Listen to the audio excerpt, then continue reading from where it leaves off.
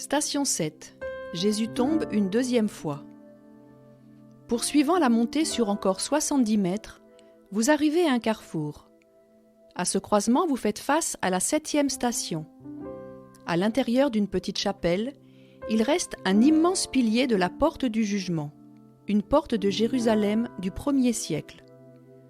À l'époque biblique, les portes de la ville étaient le lieu où les jugements étaient rendus, et de là, les gens étaient conduits à leur exécution publique. Dans l'Ancien Testament, une fois par an, le grand prêtre apportait le sang des animaux dans le lieu très saint comme offrande pour le péché du peuple. Le corps de cette offrande était brûlé à l'extérieur du camp. Pendant la période du Temple, il était brûlé à l'extérieur de l'enceinte de la ville de Jérusalem. Jésus est également sorti à l'extérieur de la ville pour porter les péchés de toute l'humanité. Le prêtre faisait le sacrifice en plaçant ses mains sur la tête d'un bouc sans défaut. Ainsi, tous les péchés du peuple étaient transférés sur ce bouc, et toute la perfection de ce bouc était transférée sur le peuple.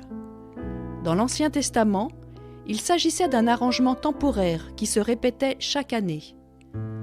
Dans le Nouveau Testament, Jésus s'est sacrifié lui-même sur la croix une fois pour toutes. Son sacrifice est valable pour le temps d'alors et pour l'éternité.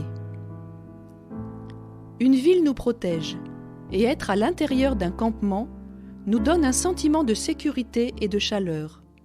En sortir nous rend exposés et vulnérables. Cet acte requiert la foi que Dieu sera avec nous et qu'il sera notre défenseur.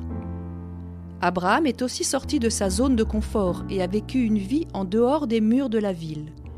Il est appelé le père de la foi. Jésus est sorti de la ville pour porter la honte et l'opprobre des hommes pécheurs.